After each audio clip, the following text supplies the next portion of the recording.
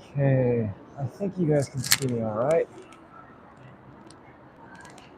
Uh, and even when I do these, I've done these a lot, but I always feel a little bit silly.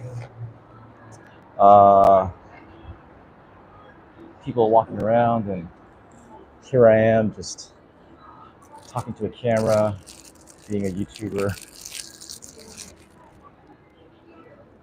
But I figured I am here in Tokyo. This doesn't happen often. It's a little bit more special than your typical live stream kind of chat. And I'm actually here right now at a food hall, which is actually well, I'm in Shibuya. And was wondering what I wanted to eat last night. Looking at Mexican food, some pho, stuff I can't usually get. Or if I get it, it's not quite exactly what it is. And then I decided I'll just try Panda Express because it's one of those meals and those foods that I haven't had in a long, long time. It's been a few years. I think it's actually been half a decade, maybe. So anyway, this is my meal. It's my lunch. No, broccoli beef, some sizzling shrimp, chow mein fried rice, and orange chicken. But yeah, I figured that I would share with you not just the meal, but just have a talk with you about what's going on while I'm here in Tokyo. So you'll have to forgive me that I am talking to you while I'm eating. Um, I was taught not to eat with my mouth full, so I won't fill it completely, but I will talk to you while I eat. Oh my god, this is so good. Mm.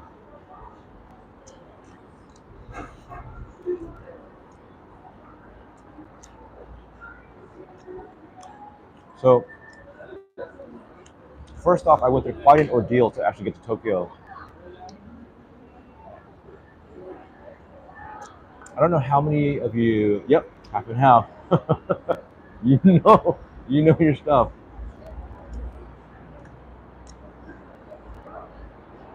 So I don't know if you guys remember the.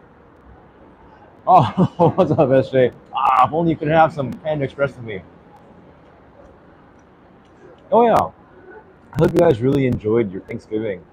Um, it's weird because one of my sisters is in Korea with her daughter who's studying there for a little bit.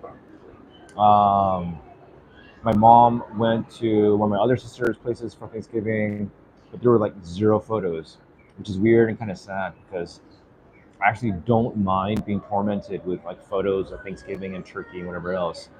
But it seems like a lot of you are actually not in the States. You're here in Japan. um, or yeah, it's weird. Very, very few turkeys. Mm, when it comes to food like panda, it's not totally about the taste or the quality, it's the amount. And in that regards, America wins all the time.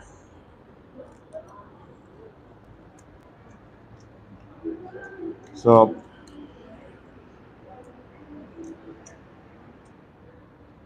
oh, so good. But going back to me getting here to Tokyo, do you guys remember the article or the interview that was done earlier this year? Her name is MAID, and it was an article written. It was an article written in English, and she had done an interview with Miku.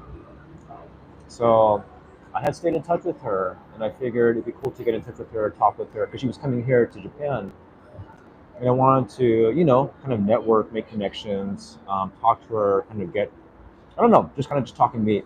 So I actually met up with her, and she's done a lot of PR work. Sorry, a lot of PR work, marketing stuff. Interviewed a lot of people, not just musicians from Japan, Korea, you name it. I mean, she's done this kind of stuff for about 15 years. So we talked for a good few hours. Hey, what up, Charles? So we talked for a good few hours, and then here, um, Friday night, no, Thursday night, I met with her again, and she forgot to give me some snacks that she had promised to bring. So, but after talking for a while outside, um, I missed the last train back home. So I was stuck in Dotonbori area in Osaka. Missed the train right before night before I had to get here, take the plane, and I basically slept for a bit in a stairwell that leads to the basement to the train to the subway. Walked around for a bit. Finally caught the train at like 5:10 in the morning. Got home, did some stuff, packed, got ready, and came back to Osaka to take the train or to take the bus to the airport. And what happened was that I was on the bus. Hey, hello from Kentucky. I was on the bus, and then I hear over the PA that there's a lot of traffic. And I had given myself like a good hour to make sure that I could go through everything on time. Didn't feel the need to be there 2 hours early. But the bus was 40 minutes late, and the stupid airline that I went with, Peach Aviation, wouldn't allow me to do check-in online. So when I got to the airport to do check-in, I had missed the deadline. So I had to book another flight for that night, last night, and stayed at the airport for about 7 hours, just waiting, working on some other stuff, but waiting, napping, and then finally got here to Tokyo last night. So it was pretty tough. Oh, you're in Yokohama. You're already there. Wow. Yeah, I'll see you guys tomorrow. So yeah. Having said that, it's been a real pain, but it's interesting because while I'm here, um, it's almost a little bit more of a business trip. It feels like because I will be. Well, no, it's a mix of half and half. So just my schedule. So tonight I'm going to go see Bright Ear at Space Up, which is in Shibuya, so not too far from where I am right now. I'll be there. I think a good lot of people are going to actually be there as well. So I don't know if I'll do any interviews before. Um, I am doing Panda Express. So I don't know any pre-show interviews. Maybe after.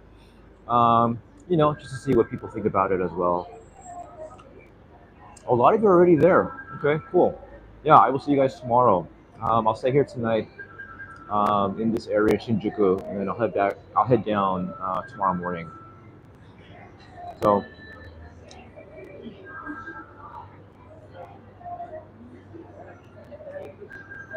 for Brightyears tonight, I had emailed their management about doing an interview with them either today or back in Osaka. Didn't hear back, so I guess we're too small of a fledgling channel to really garner any attention, or I don't think they just really care. So it's a shame, but I really would love to interview Brighter at some point. They're one of my favorite bands besides BandMaid. Um, I think they have great music. Um, yeah, Brighter stands out from a lot of other bands just because they also have a lot in their catalog. Um, I think Timmy, the singer, I think she's a great songwriter, and her voice does stand out enough that I really appreciate what they do. So, but so that's tonight. Tomorrow, it's all day BandMaid. Um, I'll be there around 12 o'clock. And, well, I'll be there before that. Get a little bit of merch, not too much because I can't afford to, but get a little merch. Um, we'll have lunch with some people, whoever wants to go. For those of you who do want to have lunch with me, who are in Yokohama, at 1 p.m., um, I will go to a place called Ohana, Ohana, sort of a Hawaiian cafe restaurant. They have burgers, salads, pasta, pancakes, all that kind of stuff. So it should be pretty good. Um, yeah. And then after that, I think do some pre-show interviews, some pre-OQG interviews, and yeah. So stay tuned for that. It will be between probably 2 and 3 p.m. here. So if it's 2 to 3 p.m. here, then you guys can figure out what it is, Eastern Standard, Pacific, wherever else you are. And yeah, the show's gonna start pretty early. The doors open at 4 o'clock, and then the show starts at 5 p.m. And do you guys know people were talking about it being like a 3 hour show, 3.5 hour? I can't fathom that. I don't know exactly what they would do along with like the actual set list. Um,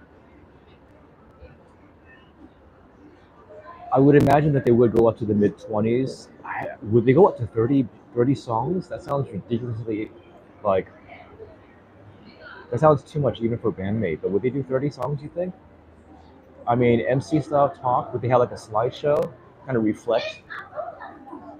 So on the other side of my camera, there is this whole wall of this Korean K-pop group called 17. And so all these girls are walking by and taking photos of it. But I imagine if it was a wall lined up with bandmate, then you guys would watch that as well. So, but yeah. And then there will actually be a little surprise, I think, tomorrow, possibly live stream on MNN. Um,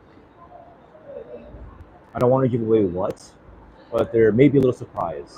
And there may be someone joining us who is a friend to MNN that you wouldn't expect to be at a bandmate show. I'll just leave it at that.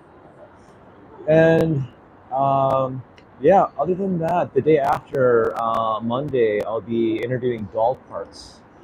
And I don't know how many of you have actually heard of Doll Parts. Not the song from Hole. I believe that they were named. I believe that they were named after the song from Hole. But it's a group called Doll Parts. It's this girl Arisa or Arisa, and this guy who plays drums, Kotaro. So I'm going to be meeting with them, and yeah, I would definitely encourage you guys to. Oh, okay. 30 minutes of chatting for the tenure. All right. Yeah, I mean, I'm glad there's seats because I'll be tired tomorrow.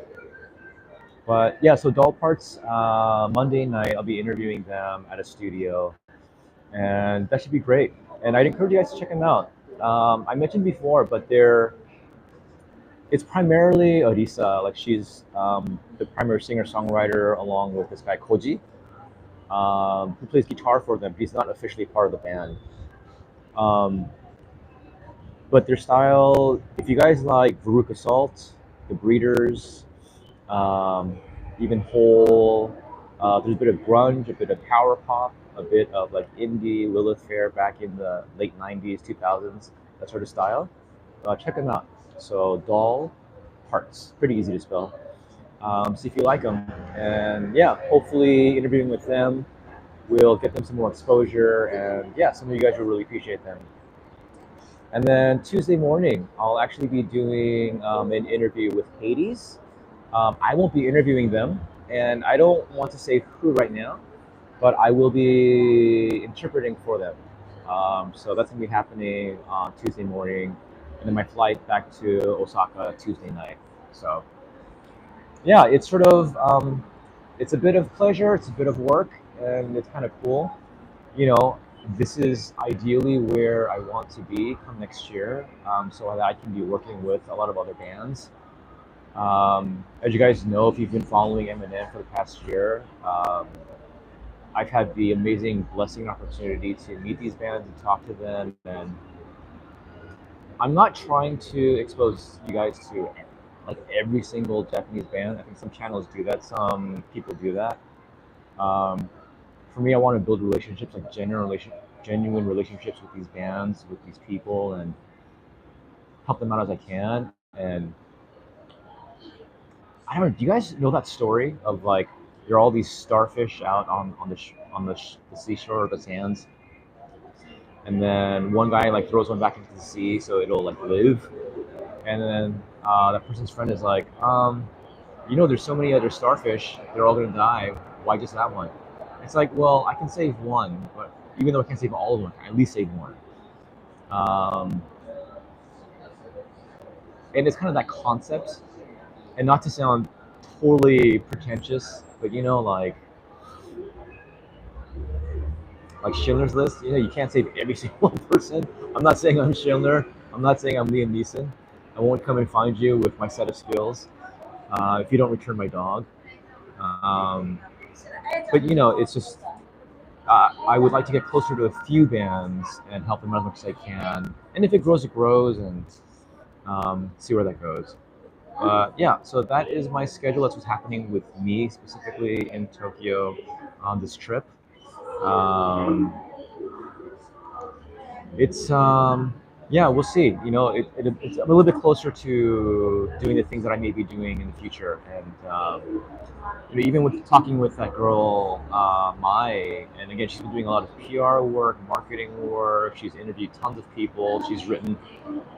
She actually has an online magazine called Asia Blooming.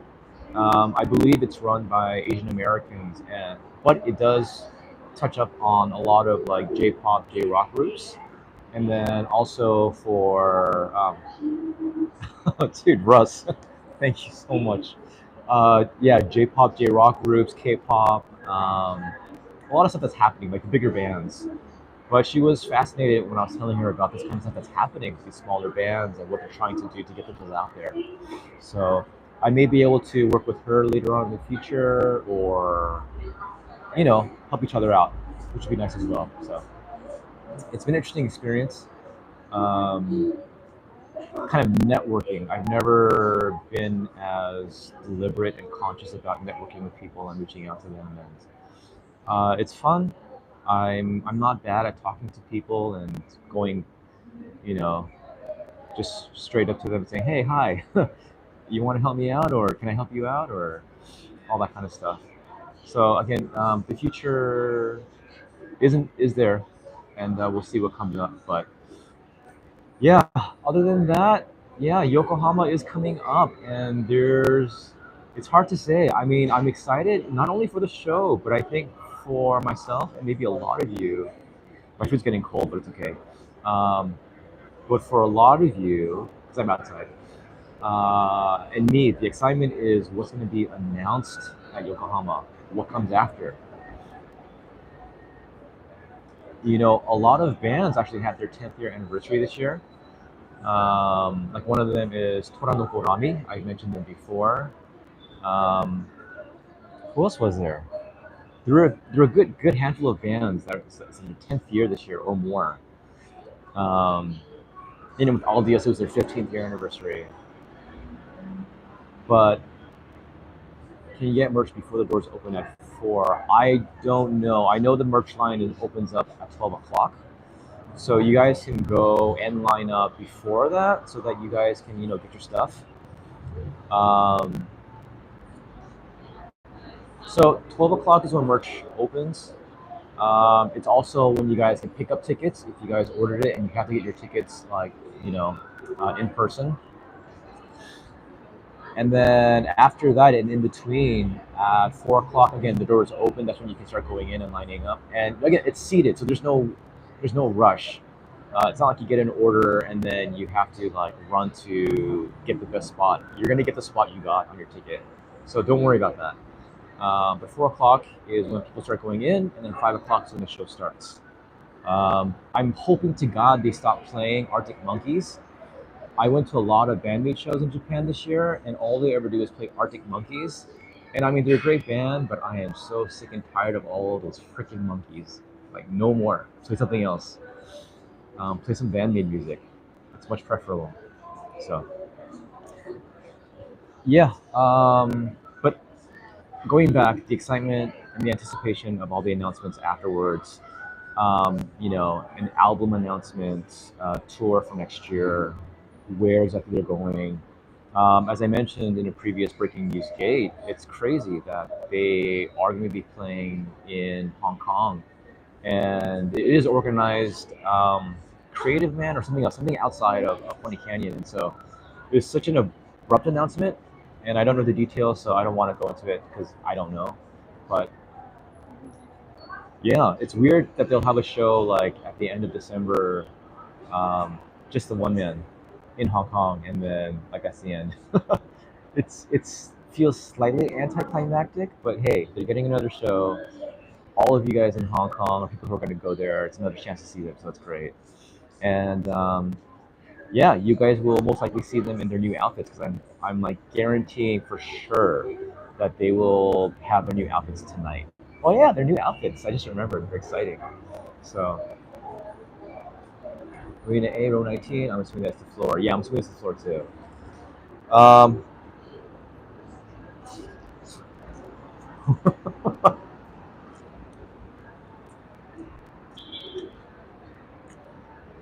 I decided to eat outside because I didn't want to be obnoxiously inside doing this whole YouTubing thing. Where I feel like I'm eating half frozen, half defrosted Panda Express.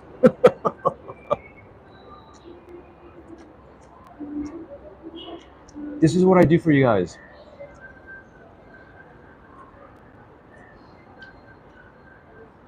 Yeah.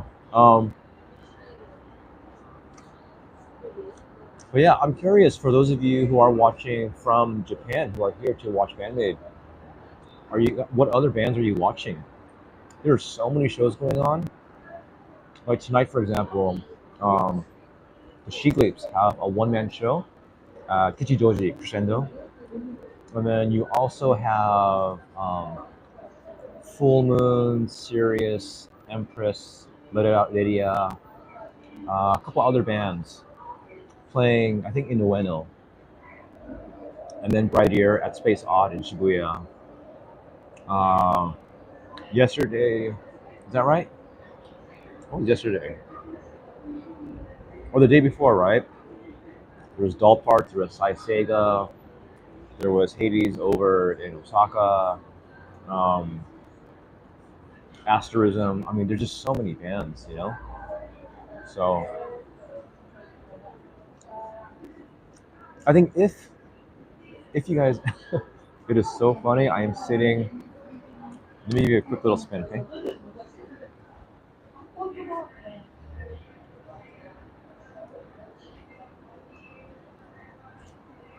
This has been happening the entire time that I've been talking to you guys.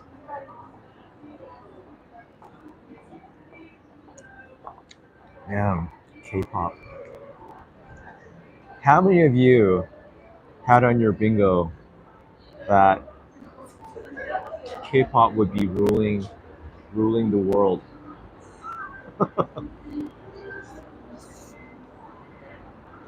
Not this guy. I lived in Korea for 7.5 years before I moved to Japan. 7.5 years. And got a little close, but oh man,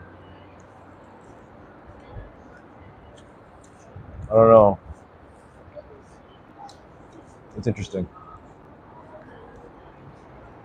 So, yeah, let's just do the food. Mmm. I still have a lot left.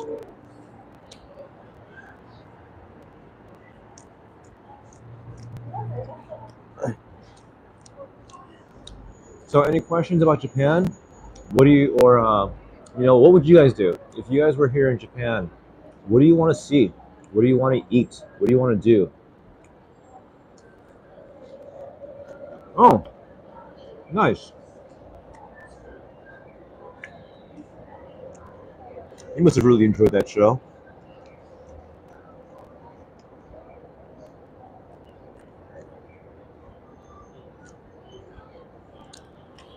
Yeah. And did you guys have a good Thanksgiving? What'd you guys make? Anybody eat some deep fried turkey?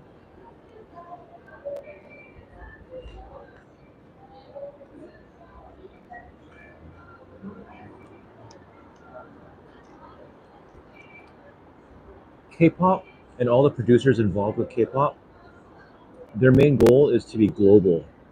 Um, and they know that in order to be global, word has to get out. Japan tends to be very strict, no cameras, all that kind of stuff, no filming like during shows, which has loosened up. But Japan still has a very traditional outlook on sort of preserving and maintaining like what's theirs. Um, I think historically, when foreigners and Westerners came to Japan, they weren't the kindest about um, entering in and letting Japan maintain its culture. So, oh, nice Thanksgiving airplane food. I have yet to experience that.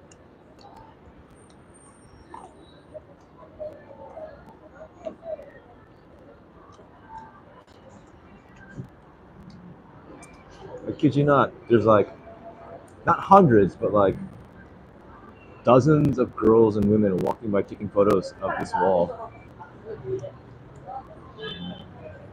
If only I had been younger and understood the power of what Korean men could do to Japanese women, I would be a dangerous man.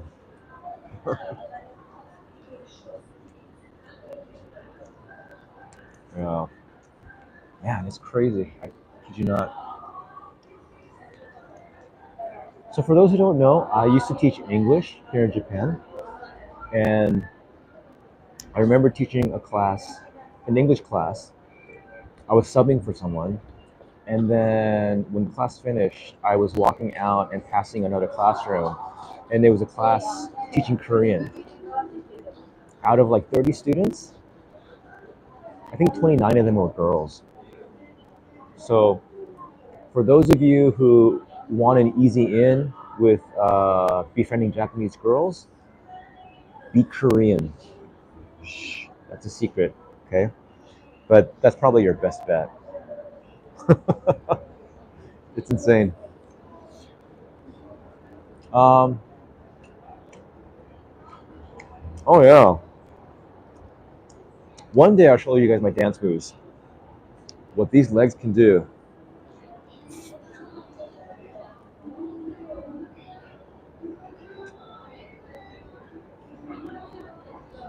Mm,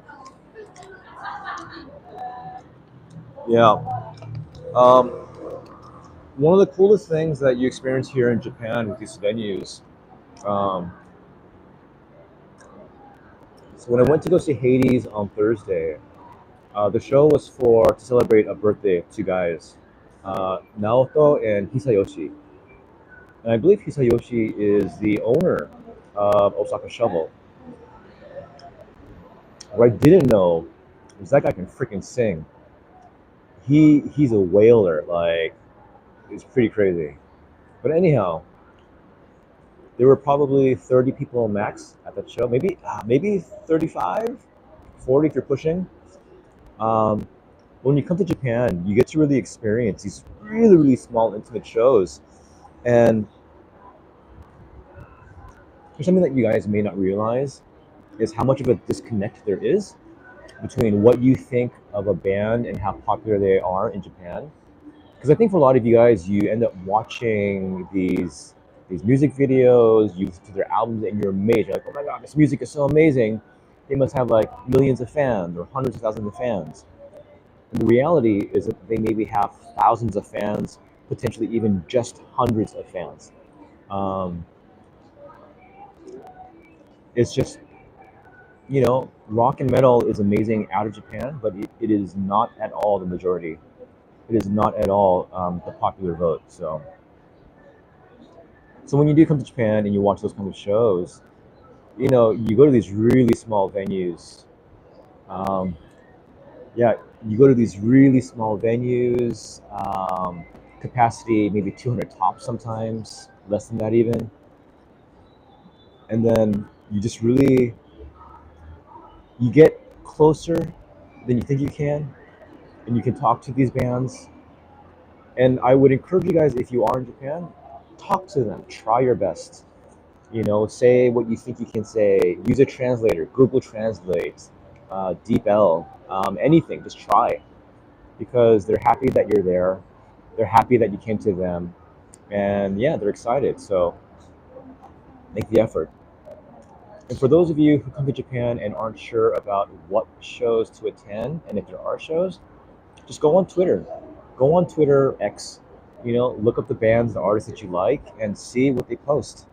Um, a lot of times it is last minute, so you may not find out right away, but that's probably the best place to look, or their official website.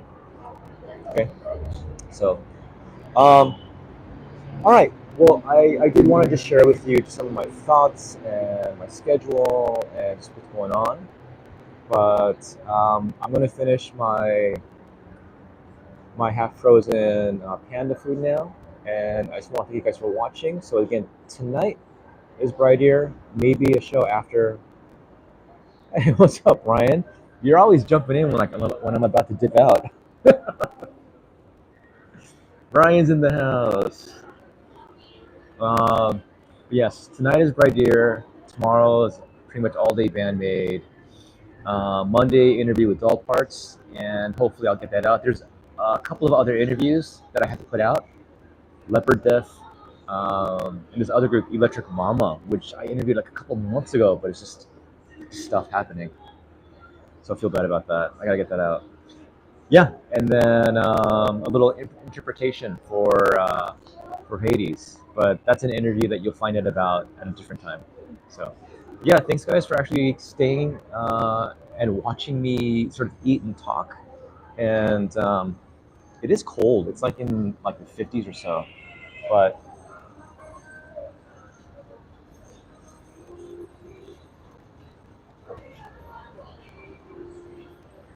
and yeah, I'll probably head over to Shibuya Scramble after this, grab some coffee, do some work.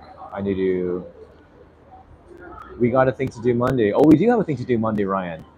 Do you want to share what we're going to do Monday, or not? That's up to you.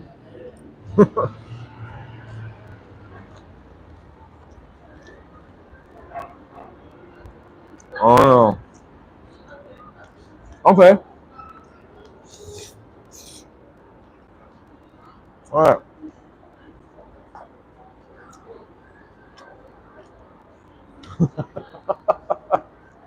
There's a fee. It'll be some more Panda Express. Yeah. So the interview that I'll be interpreting for Hades will be with Ryan Meir. So, since a lot of you guys who are watching know who Ryan Meir is, you know where to go and who to expect it from. It'll be really fun. Um, since Ryan comes from more of a musician's perspective, um, yeah. So that'll be pretty fun to watch. I'm excited, and I'm going to be there with Hades, interviewing or helping them out with Ryan. So I don't know, Ryan. Do you mind the girls getting crazy and like laughing and having a good time, or do you want to be a little bit more serious? I'll let you decide what you want, and then we can go from there. So they can go either way. But yeah, that's gonna be really fun. Cause thanks, man. I may get some more Panda Express with that. All right, you got it. So let's do this, Ryan. Why don't we have a serious time, and then we'll do a little more improv, free flow, get nuts kind of thing, right? Do a little Michael Keaton Batman. You want to get nuts? Sweet. All right. I will let them know. So Monday's going to be a damn good time for sure. For sure. Um, hopefully I can follow back and forth with everything that's going on. All right. So yeah, definitely. it it can get pretty nuts. Yeah. So guys, definitely be expecting the interview with Hades from Ryan Meir. Once we do the interview, and oh yeah, since I am going to be there, there's no need to actually put in subtitles and stuff. So yeah, it should be a pretty quick and done thing. So it's exciting. And I'm telling you right now, there's still like all these girls in front of me just like taking photos. Oh man, I picked the wrong place. But yeah. All right, guys. So be watch out for that. And once the video is up from Ryan for Hades, I will post that here on our channel as well, on Twitter, Facebook, all those places I usually do. Oh, and then one last thing tonight, um, I will I will post the sunglasses collage that I posted on Facebook. For those who don't use Facebook, if you go to Bandmade Fans Cafe, there's a collage I put together of about 60 people who put on the Bandmade shades, and we're going to share that with the girls tonight. And you guys can check that out when you wake up in the morning or wherever you are, and then just share that and hopefully give them that extra push of excitement and joy and yeah, just gratitude because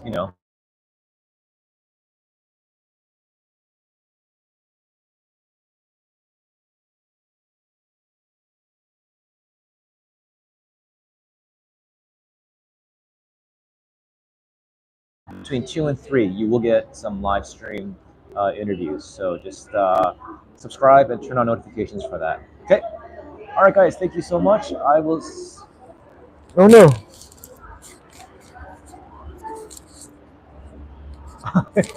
I'll. I will see you guys later. Bye.